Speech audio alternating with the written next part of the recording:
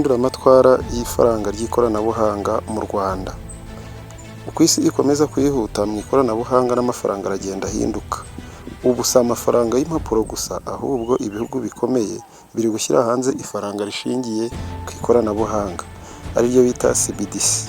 Rikaba rifite imbaraga nk'iz'amafaranga asanzwe afite, ariko rikaba rikoreshwa mu buryo bw'ikoranabuhanga. Uyu munsi tugiye kuganira ku ngingo nshya kandi ikomeye ariyo bita CBDC. Uyu munsi turaganira kuri CBDC cyangwa Central Bank Digital Currency, cyangwa se ifaranga rya digitali rigenzurwa na banki nkuru. Mu Rwanda muri iyi minsi hari amakuru yagiye atambuka avuga yuko u Rwanda mu minsi iri imbere rugiye gutangira gukoresha CBDC cyangwa se Central Bank Digital Currency, cyangwa se ifaranga ry'ikoranabuhanga. Biri mu bintu byatangajwe byabanje gutangazwa na Guverineri wa Banki Nkuru Rwangombwa John, nyuma uwamusimbuye Soraya Kuziyaremye nawe aza kubitangaza. Ubundi se CBDC ni iki? Reka turebe CBDC icyo ari cyo. CBDC nk'uko twabibonye ni amafaranga y'ikoranabuhanga akoreshwa mu gihugu ariko akaba agenzurwa na leta. Aya mafaranga akaba atandukanye na cryptocurrency. Cryptocurrency yo ni amafaranga y'ikoranabuhanga ariko atagenzurwa na leta. Abantu bari mu isi y'ikoranabuhanga barayazi. Dushobora kubaha ingero nk'abantu bafite za Bitcoin, Ethereum, Solana. Ayo ni amafaranga y'ikoranabuhanga. Ntabwo ari nkayo rero aba arakoreshwa mu Rwanda cyangwa se na Central Bank, ahubwo ayo ni amafaranga yo ahimbwa n'abantu ku giti cyabo. Reka tuze kubireba mu kanya kari imbere. Tubanze twababwira impamvu ibihugu byatangiye gukoresha CBDC. Ibihugu byinshi nk'Ubushinwa, Nigeria, Bahamas ndetse na Brazil byatangiye gukoresha CBDC. Impamvu zatumye CBDC itekerezwaho ni ukugabanya ikiguzi cyo gucapa amafaranga. Aya mafaranga yari asanzwe akoreshwa ari hard cyangwa se ari liquide. Ikindi ni ukurwanya ruswa no gukurikirana aho amafaranga anyura. Ikindi ni ukorohereza abaturage kubona serivisi z'imari, cyane cyane abari mu byaro. Ikindi ni uguhangana n'ingaruka za cryptocurrency zitagenzurwa na leta, ziriya twari twavuzeho mu kanya. Ikindi, CBDC ituma igihugu kigira ubusugire mu micungire y'ifaranga, nko kubona uko amafaranga acuruzwa n'uko yinjira mu gihugu.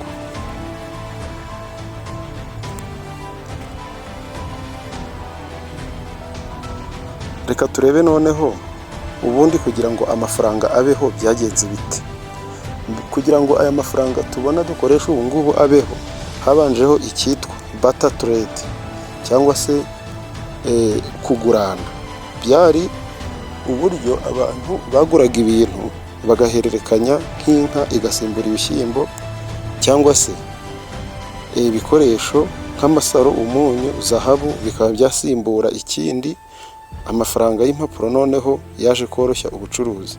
Icyo gihe muri barter system, kugira ngo ugure umuntu n'ikintu, mwaraguranaga mukareba agaciro k'ikintu ugiye kumuha, hanyuma noneho mukagurana. Niba ari inka ukamuha ibishyimbo umubare runaka, niba ari umurima agiye kuguha mukavugana ibindi bintu uramuha ariko bitari amafaranga. Mu Gifaransa baravuga ngo ni échange de biens contre les biens. Noneho nyuma haje amakarita bancaire, ATM, Visa yakoreshwaga kuri mashine no kuri internet. Nyuma haza mobile money nka MTN mobile money, Airtel money n'izindi system zikoreshwa mu bindi bihugu bitari u Rwanda. Inyuma haza cryptocurrency. Cryptocurrency akaba ari ya mafaranga twavuze adakontororwa na banki cyangwa se adakontororwa n'igihugu, ahubwo ni amafaranga akorwa n'abantu bigenga, akaba ari amafaranga atagenzurwa na leta iyo ari yo yose. CBDC rero akaba ari amafaranga ya digital ariko yemewe, agenzurwa na banki nkuru y'igihugu. Iki ni igisobanuro cy'uko amafaranga yagiye ahinduka uko isi ikomeza kwihuta mu ikoranabuhanga. Ese ubundi cryptocurrency yo ikora ite? Cryptocurrency ni amafaranga ya digital atagenzurwa na leta cyangwa banki nkuru, akaboneka hifashishijwe blockchain technology. ikoranabuhanga rituma habaho umutekano n'ubwisanzure mu guhererekanya amafaranga. Uburyo bwo kuyitunga abenshi kugira ngo bayibone iboneka mu buryo bwa mining, aho ujya muri Play Store cyangwa se muri Google App, cyangwa se ukaba ushobora gukoresha imashini zabugenewe ugakora icyo bita mining.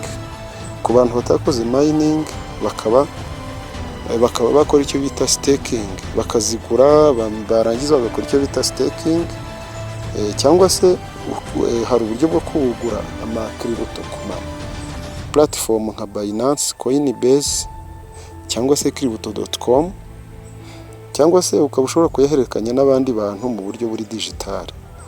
Nk'uko twabivuze, ingero za cryptocurrency zihari zihenze, hari iyitwa Bitcoin, niyo yabanje kubaho, yatangiye muri 2009, ubu ngubu ikaba ifite agaciro kari hejuru y'amafaranga y'amadolari 100,000 by'idolari Bitcoin imwe.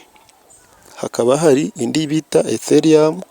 Ethereum nayo ni cryptocurrency ihenze cyane kuko iri mu mafaranga menshi cyane ubariye mu manyarwanda. Hakabaho n'indi bita Solana, nayo irahenze cyane, ariko hakaba hariho n'indi iri kuzamuka muri iyi minsi igikorerwa mining bita Pi. Pi ikaba icukurwa cyangwa se iminingwa hakoreshejwe application bita Pi Network, iri kuri Google Play Store, aho winjira ukinjiza imyirondoro yawe, ubundi ukajya ukoraho buri masaha 28, ubundi amafaranga y'ubuntu akidownloadinga. Icyo usabwa ni ukugenda ukuzuzamo imyirondoro yawe, hanyuma ukuzuza icyo bita KYC, hanyuma ugategereza icyo bita migration. Izo wacukuye igihe zigeze kuri available balance, ushobora gutangira kuba wazikoresha. Hari izindi rero bita Worldcoin, iyo bita SUI cyangwa se Apto. Zimwe muri izo zikaba zifite icyizere cy'ubukana mu minsi iri imbere. Ariko rero crypto ni urujijo kuri benshi kuko zidafite ubwishingizi bw'igihugu. Kugira ngo uzitunge birasaba ubwitonzi buhagije, kuko bitewe n'ukuntu zihenda n'uburyo zibonwa, abantu benshi bataziguze bazikoreye mining. Iyo umuntu yinjize imyirondoro yarangiza agasangiza amagambo ye y'ibanga, bishoboka ko yakwibwa crypto ziwe. Itandukaniro riri hagati ya cryptocurrency na CBDC, ibi biratandukanye cyane. Cryptocurrency ntabwo igenzurwa na leta, nta leta iyicunga, mu gihe CBDC igenzurwa na banki nkuru. Uburyo cryptocurrency ikorwa n'abantu bigenga cyangwa se aba developers, hanyuma bo akaba ari bo bayigenzura bo, hanyuma igihe cyagera ayo mafaranga akaba ashobora kuba yajya ku isoko akaba yacuruzwa. Ikindi, aya mafaranga aba ashobora guhindagurika. Amafaranga ya cryptocurrency aba ashobora guhindagurika cyane, kubera yuko iyo icyo bita supply kuri market supply ya crypto, iyo abantu bagurishije ari benshi, amafaranga agira agaciro gake, ariko iyo bari kugurisha ari bakeya akeneye n'abantu benshi, ni ibisanzwe arazamuka. Ni kimwe n'ibintu by'ubucuruzi ku masoko. Muri economy bavuga ko the higher the demand, the higher the supply. Iyo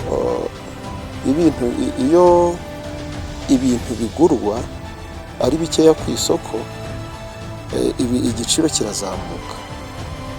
Ariko iyo abantu bakeneye ibintu ari bakeya ariko ku isoko bihari ari byinshi, igiciro kiba gitoya. Ibyo ni ibintu bisanzwe.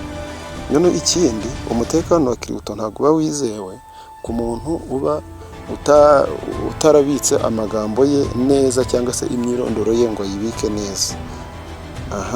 Ikindi twareba kuri CBDC noneho, kubera yuko abanyarwanda bagiye gutangira gukoresha CBDC mu minsi iri imbere, hari icyo basabwa gukora.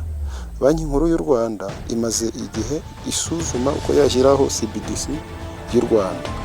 Abanyarwanda icyo bakwiye gukora rero ni ukwigira ku bandi, bakamenya uko za Nigeria zabikoze, zigakora icyo bita amanayira, uko Bahamas yakoze igakora $100 ndetse n'ibindi bihugu uko byagiye bikora kugira ngo nabo bamenye ukuntu bakoresha iryo faranga.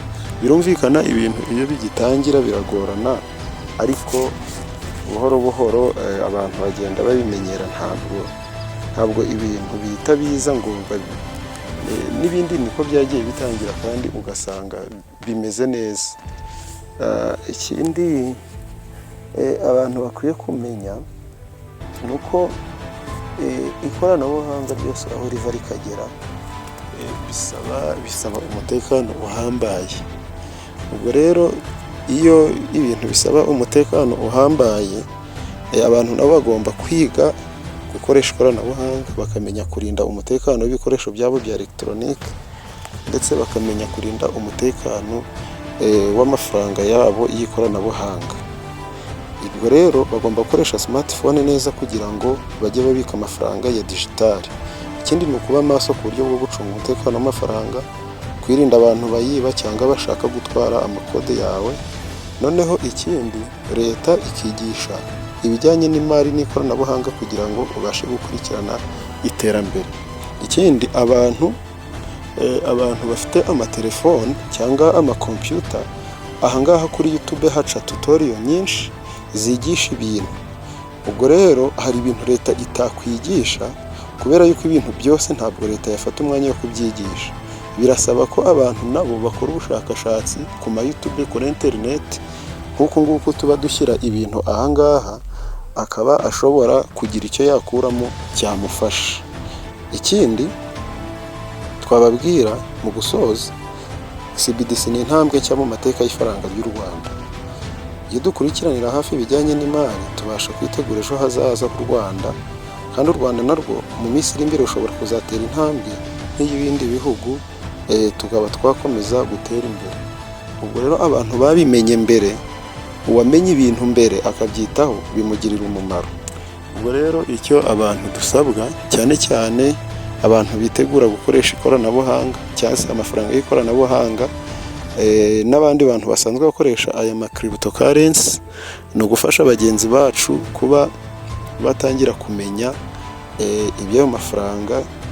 Niba hari amakuru atangajwe na Banki Nkuru y'Igihugu, tugakora ubushakashatsi, haba hari abantu babisobanukiwe bakaba babyigisha, hanyuma abatabisobanukiwe bakagenda barebaho bakabimenya buhoro buhoro. Rero nk'uko bisanzwe, iyi shene yacu iba igamije kwigisha abantu ibintu bijyanye n'ikoranabuhanga, ibintu bijyanye n'ubumenyi rusange, ibintu bijyanye n'ubucukumbuzi tuba twabakoreye mu mateka, tugakora documentaire. Hari abantu baba bashaka kwiga ariko bakaba badasobanukiwe ibintu mu rurimi rw'Ikinyarwanda, turagenda tugasoma inkuru tukazibashyirira mu Kinyarwanda, hanyuma buri wese ufite icyo akeneye akaba yagikuramo. Niba ari ubwa mbere rero ugeze kuri iyi shene, kanda subscribe kugira ngo ibindi biganiro tuzajya dukora uzajye ubibona mu bantu ba mbere. Ikindi, ukande like cyangwa se utwandikire no muri comment tubwire igitekerezo cy'ikiganiro twazakora ubutaha, kandi ntimwibagirwe gukora share kugira ngo mubisangize bagenzi banyu.